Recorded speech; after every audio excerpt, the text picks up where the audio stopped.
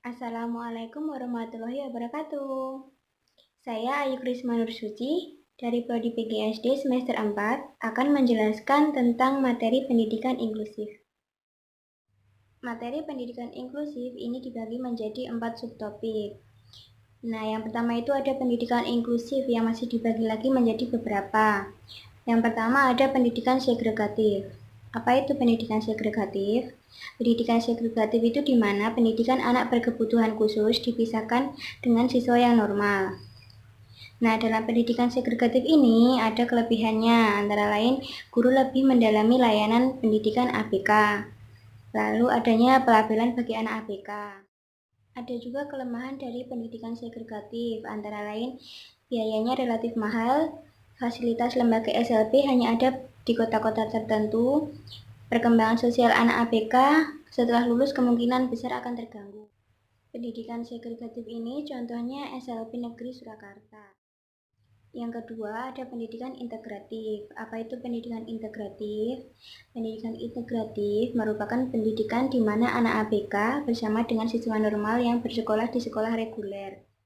Ada juga kelebihan dan kekurangan pendidikan integratif.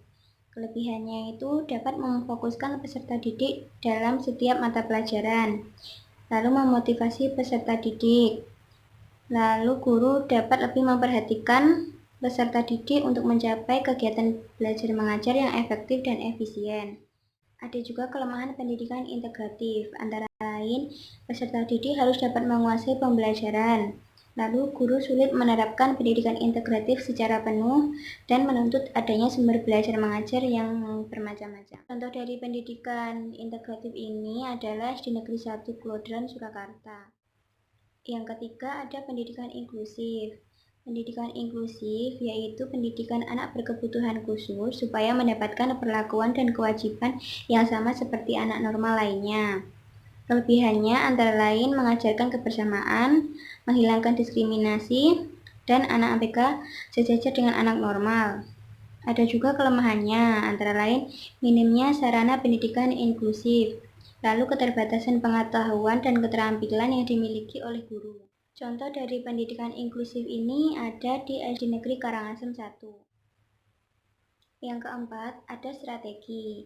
Strategi ini dibagi menjadi dua. Yang pertama itu akomodasi, diajarkan dengan cara yang berbeda dan membutuhkan perubahan lingkungan. Yang kedua ada modifikasi, dilakukan saat memberikan tugas, tes, atau lembar kerja dalam kelas.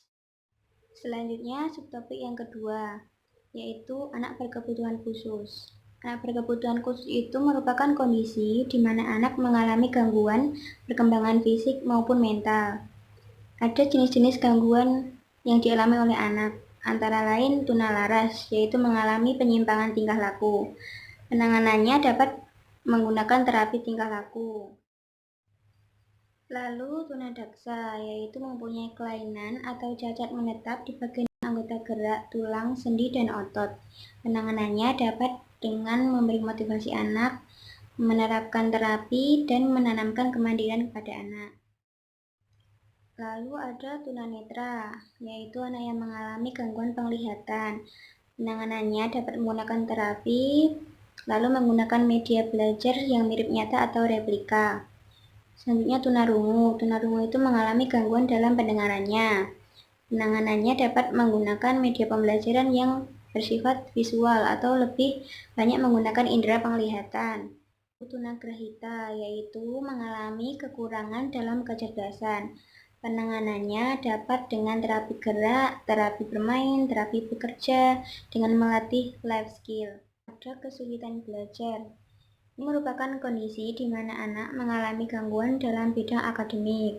Penanganannya itu tidak harus bersekolah di sekolah khusus, tetapi dapat dengan adanya bimbingan yang khusus agar anak dapat memperoleh hasil belajar yang maksimal.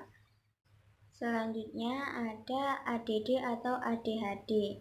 Ini merupakan kondisi ketidakmampuan siswa memusatkan perhatian dan hiperaktif. Penanganannya dapat dengan terapi obat-obatan yang merupakan obat stimulan, lalu bersekolah di sekolah inklusif. Ada cerdas istimewa dan bakat istimewa. Ini merupakan kondisi di mana anak memiliki IQ 140 atau lebih. Penanganannya dapat dengan menciptakan pembelajaran yang berpusat pada anak. Yang terakhir ada autis, yaitu gangguan berkomunikasi dan berinteraksi. Penanganannya dapat dengan terapi bicara, terapi okupasi, terapi perilaku, dan lain-lain. Nah, sekarang kita masuk ke subtopik yang ketiga, yaitu ada penyelenggaraan pendidikan inklusif di sekolah dasar. Ini dibagi menjadi 6. Yang pertama, ada sistem penyelenggaraan, yaitu memberi kesempatan seluas-luasnya kepada semua anak, termasuk anak berkebutuhan khusus, untuk mendapatkan pendidikan yang layak sesuai dengan kebutuhan.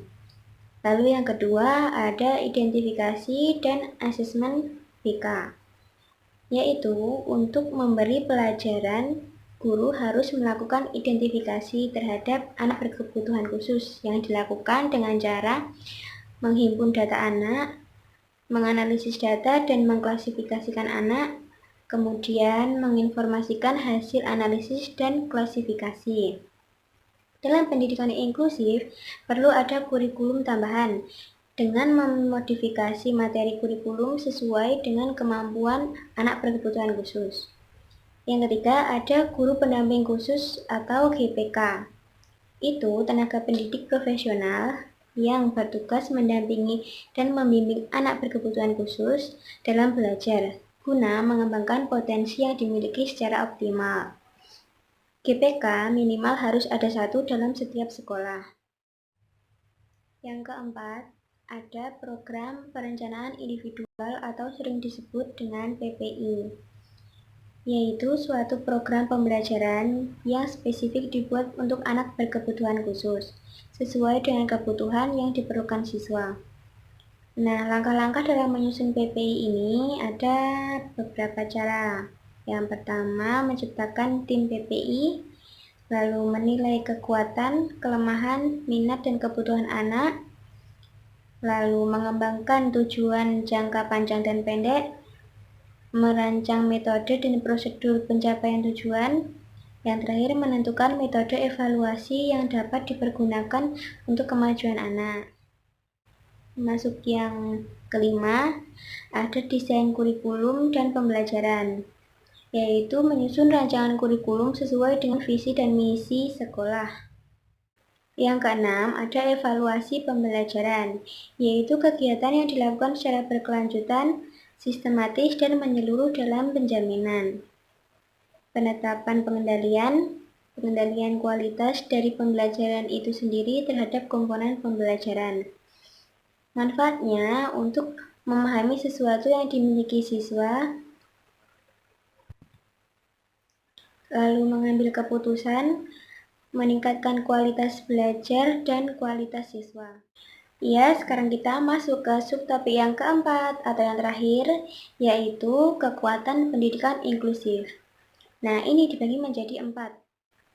Yang pertama, ada pembelajaran partisipasif kolaboratif, yaitu secara umum dapat meningkatkan keaktifan siswa, kemampuan individu siswa, percaya diri, dan kerjasama. Yang kedua, ada pusat layanan klinis, dengan memberi layanan pendidikan dan bantuan teknis bagi masyarakat dan juga anak berkebutuhan khusus. Nah, selanjutnya ada partisipasi orang tua. Nah, peran orang tua itu sangat penting dalam membimbing dan mengarahkan kemampuan anaknya. Yang keempat, ada sistem dukungan sekolah dan pemerintah.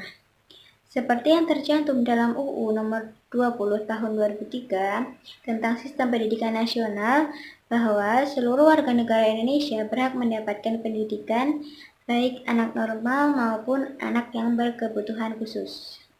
Nah, jadi sekian yang dapat saya sampaikan. Kurang lebihnya mohon maaf. Wassalamualaikum warahmatullahi wabarakatuh.